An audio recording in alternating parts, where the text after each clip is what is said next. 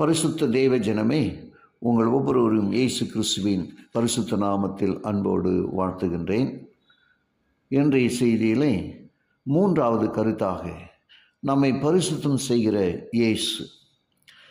பஸ்கா பண்டிகைக்கு முன்னே இயேசு தமது சீஷர்களுடன் வந்திருந்தார். அவர்கள் போஜனம் பண்ணி கொண்டிருக்கையில் தம்முடைய கையில் பிதா எல்லாவற்றையும் ஒப்புக் கொடுத்தார் என்பதையும், தாம் தேவனிடத்திலிருந்து வந்ததையும் தேவனிடத்திற்கு போகிறதையும் இயேசு அறிந்து போஜனத்தை விட்டு எழுந்து வஸ்திரங்களை கழற்றி வைத்து ஒரு சீலையை எடுத்து அறையிலே கட்டிக்கொண்டு பின்பு பாத்திரத்தில் தண்ணீர் வார்த்து சீஷருடைய கால்களை கழுவவும் தாம் கட்டி கொண்டிருந்த சீலையினால் துடைக்கவும் தொடங்கினார். அவர் சீமோன் பேதுருவினிடத்தில் வந்தபோது அவன் அவரை நோக்கி, ஆண்டவரே, நீர் என் கால்களை கழுவலாமா என்றான். இயேசு அவனுக்கு பிரதியுத்தரமாக, நான் செய்கிறது என்னதென்று இப்பொழுது நீ அறியாய், இனிமேல் அறிவாய் என்றார். பேதுரு அவரை நோக்கி, நீர் ஒரு காலும் என் கால்களை கழுவப்படாது என்றார். இயேசு அவனுக்கு பிரதியுத்தரமாக, நான் உன்னை கழுவாவிட்டால் என் இடத்தில் உனக்கு பங்கு இல்லை என்றார். யோவான் 13:2-9 வசனங்களில் இந்த ஆழமான கருத்தை நாம் புரிந்து கொள்ளுகின்றோம். ஆண்டவராக இயேசு செய்ததை அறிந்தீர்களா? ஆண்டவராக இயேசு அற்பமான ஒரு பணிவிடைக்காரன் செய்யும் வேலையை செய்கின்றார் என்று பேதுரு நினைத்தான். ஆகவே ஆண்டவரே, நீர் என் கால்களை கழுவக்கூடாது என்றார்.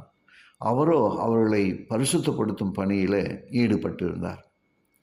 அவர் புடமிடுகிறவனுடைய அக்கினியைப் போலவும் வண்ணாருடைய சவுக்காரத்தைப் போலவும் இருப்பார்.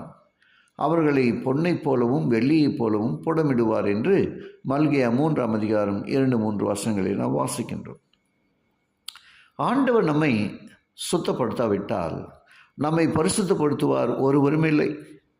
இயேசுவே நமது பாவங்களை நமக்கு மன்னித்து எல்லா அநியாயத்தையும் நீக்கி நம்மை சுத்திகரிப்பவர். 1 யோவான் 1:9 நாம் இதை வாசிக்கின்றோம். என்பதை நாம் அறியாமல் பேதுரு, நீர் என் கால்களை ஒரு காலம் கழுவப்படாது என்றான். நமது பாவங்களிலிருந்து நாம் சுத்திகரிக்கப்படாதிருந்தால் அந்த பாவம் தேவனிடத்திலிருந்து நம்மை பிரித்து முடிவில் நமக்கு மரணத்தையும் உண்டாக்கும்.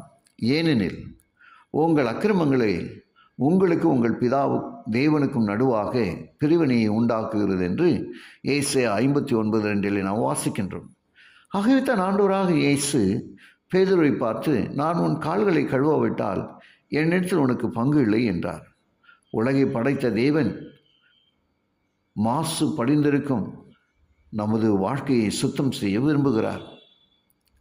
நம்மை அவருக்கு ஒப்புக் கொடுப்போமாகில் நமக்கு புது உள்ளத்தையும் பரிசுத்த ஆவியையும் கொடுத்து பாவத்திலிருந்து நம்மை முற்றிலும் ரட்சிப்பார். அன்புக்குரிய தேவ பிள்ளைகளே, இந்த உண்மையை நாம் உணர்ந்து பரிசுத்தர் இடத்தில் நம்மை ஒப்புக் கொடுக்குமா? ஜெபிப்போம். கிருபையுள்ள நல்ல பிதாவே, உமக்கு நன்றி சொல்கிறோம். இந்த நாளிலும் உம்முடைய வார்த்தையின் வழியாய் எங்களை பரிசுத்தப்படுத்துகிற தேவன் நீர் என்பதை நாங்கள் அறிந்து கொள்ள எங்களுடைய கண்களை திறந்தமைக்கு ஸ்தோத்திரம். கேட்டு ஒவ்வொருவரையும் ஆசீர்வதியும்.